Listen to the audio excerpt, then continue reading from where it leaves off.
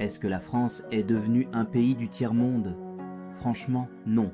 Mais on ne peut pas non plus ignorer une réalité, le pays traverse une phase de déclin.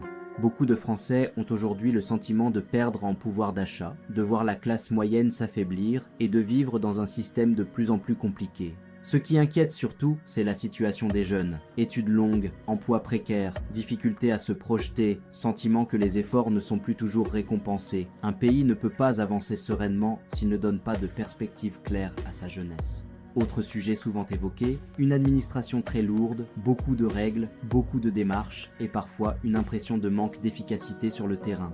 On le voit dans des situations simples, transports perturbés, routes bloquées, crises mal anticipées. Les gens se demandent alors où vont nos impôts et comment sont-ils utilisés.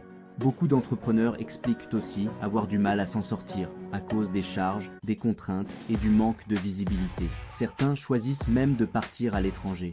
Le problème n'est pas la France, le potentiel est énorme. Mais sans réforme profonde, sans simplification, sans remise en valeur du travail et des compétences, le décrochage risque de continuer. La France n'est pas un pays du tiers-monde, mais elle est à un moment clé de son histoire. Et la vraie question, c'est: est-ce qu'on va se réveiller à temps ?